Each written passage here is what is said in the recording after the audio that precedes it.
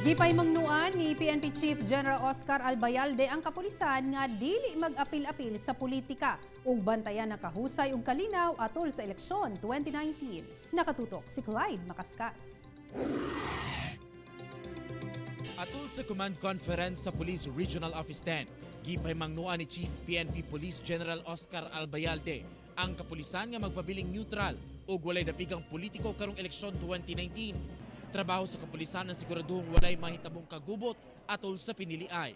Kinahanglan usab nga andam sila kung ugaling dunay mga kakulian o kagubot sa matag presinto. Remain non-partisan, apolitical. We do not meddle with the political affairs of anybody or in any locality for that matter. Atol sa komperensya, gihimo usab ang turnover of command sa bagong Regional Director sa Police Regional Office 10 nga si Police Brigadier General Rafael Santiago Jr. Kinsa hulipan si Police Brigadier General Timoteo Pacleb. Apan giklaro sa Police Regional Office 10 nga wala kini kalabutan sa eleksyon. Walay politika, walay untoward incident nga nahitabo, walay lobbying nga nahitabo. So this is normal movement.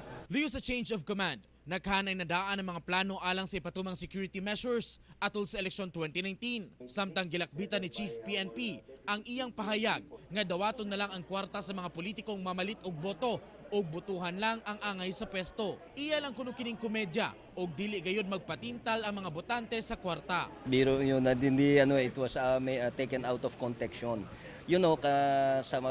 Doon sa kung gaano kasi ka-massive yung allegations of vote buying, hindi talaga natin mabantayan yung lahat ng sulok ng ating lugar. Giawag sa Chief PNP ang katawhan nga mobutar karong Lunes tungod katungod matud pa kini sa tanang Pilipino nga mopili og kandidato nga angay sa pwesto. Uban si James Yap sa kamera. Ako si Clyde Makaskas para sa One Mindanao.